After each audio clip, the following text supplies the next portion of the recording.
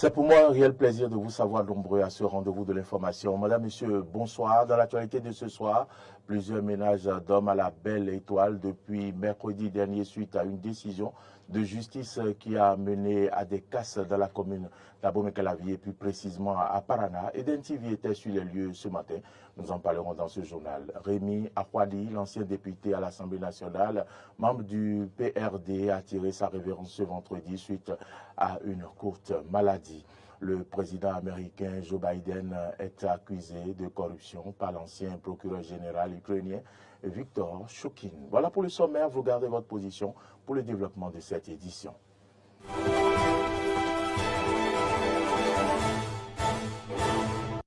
Merci à toutes et à tous pour l'attention et bienvenue dans ce journal qui démarre par cette brève en tournée dans la sous-région ouest-africaine depuis quelques jours. Le ministre algérien des Affaires étrangères a effectué une visite de travail au Bénin. M. Ahmed Attaf s'est entretenu avec son homologue béninois, Olusegun Ajadi Bakari. Au centre des échanges, il a dévoilé les raisons de sa visite. Il a notamment parlé de consultations politiques consécutives à la situation en cours au Niger, marquée par la tentative de prise du pouvoir par les militaires depuis le 26 juillet dernier.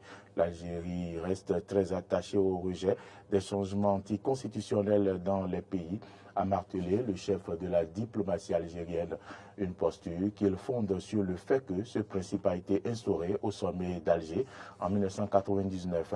La position d'Alger est alors conforme à celle de la CEDEAO qui a condamné la tentative de putsch au Niger et imposé plusieurs sanctions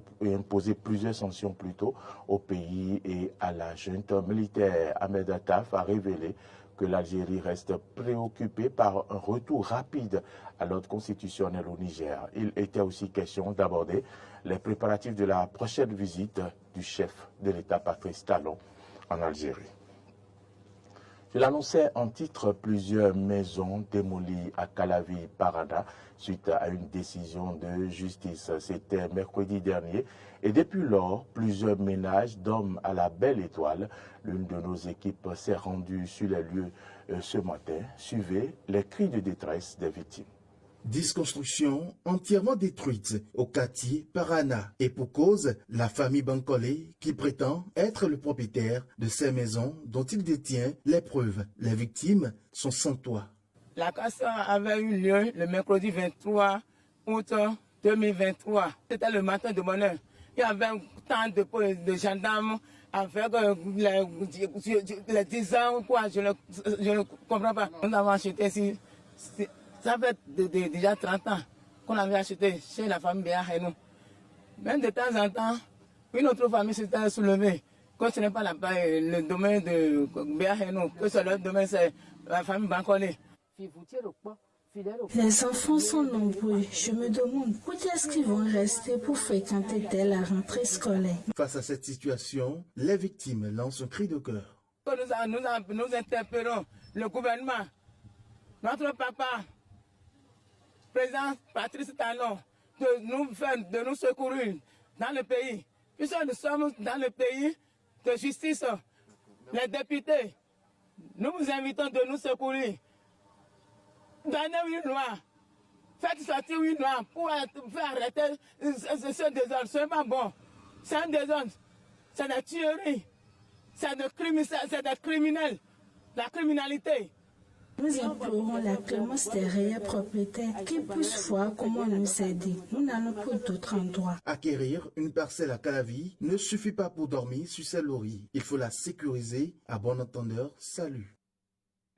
Le Bénin vient de perdre un ancien député à l'Assemblée nationale. Il s'agit de l'ex-parlementaire Rémi Akwadi, ancien député. Il a été élu sur la liste du Parti du Renouveau démocratique PRD. Il a rendu l'âme ce vendredi à 68 ans des suites d'une courte maladie. Expert financier, Rémi Akwadi a été élu parlementaire dans la 6e circonscription électorale pour le compte de la 2e législature de 95 à 99 pour l'ancien premier adjoint au maire de Soava, Thomas Ogoubini, et ancien compagnon perdé du disparu, le défunt, fut, je cite, un homme endurant qui se mettait au service de sa communauté. Fin de citation. Il estime par ailleurs que son décès est une grosse perte pour la nation et sa localité. Le groupe de presse ITV International présente ses condoléances aux familles éplorées. Autre information dans ce journal, tournée de sensibilisation des jeunes artisans de Lomé sur la résilience face au discours d'extrémisme violent. Une initiative du cabinet Junior Safety Consulting visant à renforcer la capacité des jeunes artisans de 5 communes frontalières du département de Lomé face au discours d'extrémisme violent. Retrouvez ici Prince Agoliago depuis Porte-Novo pour les détails. Tournée de sensibilisation des jeunes artisans des communes frontalières de Lomé sur la résilience des jeunes artisans face au discours d'extrémisme violent. Une initiative du jeune Fabrice Fabi du cabinet Junior Safety Consulting. Le Bénin, à l'instar de la plupart des pays de l'Afrique de l'Ouest, est de plus en plus confronté aux affres causées par des groupes d'extrémistes violents. Ainsi donc des actes macabres, assassinats ciblés et de masse, enlèvements, destructions importantes, etc. sont enregistrés dans certaines localités frontalières du pays.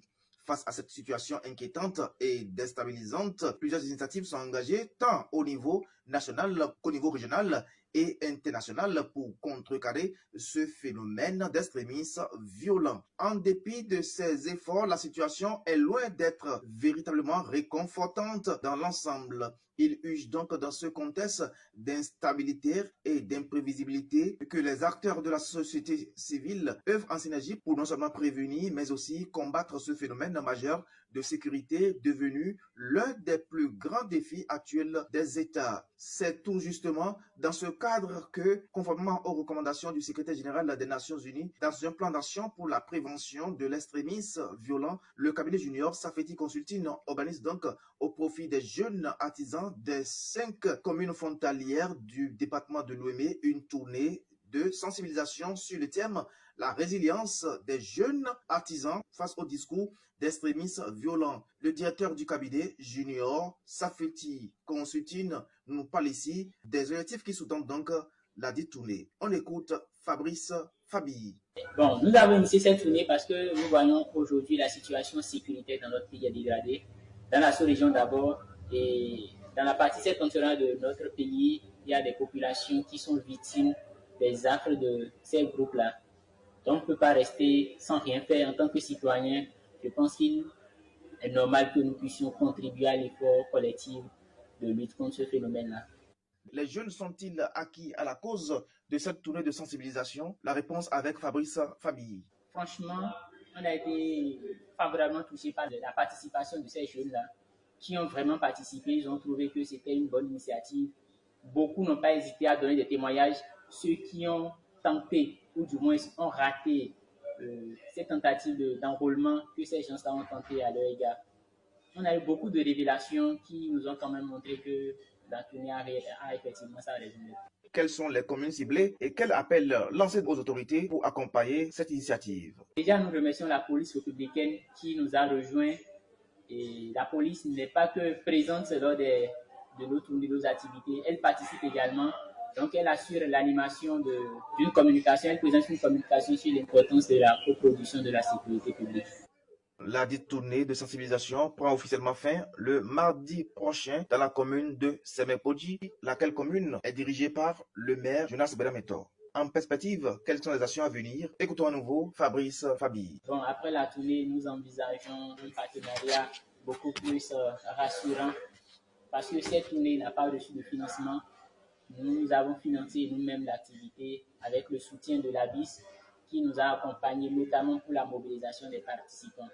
Donc après cette tournée, nous allons bien voir. Nous sommes en train de voir comment organiser d'autres activités au profit de ces jeunes-là, de nos frères dans la partie septentrionale de notre pays. Désormais donc, les participants sont en mesure de produire des discours alternatifs contre les discours d'extrémistes violents.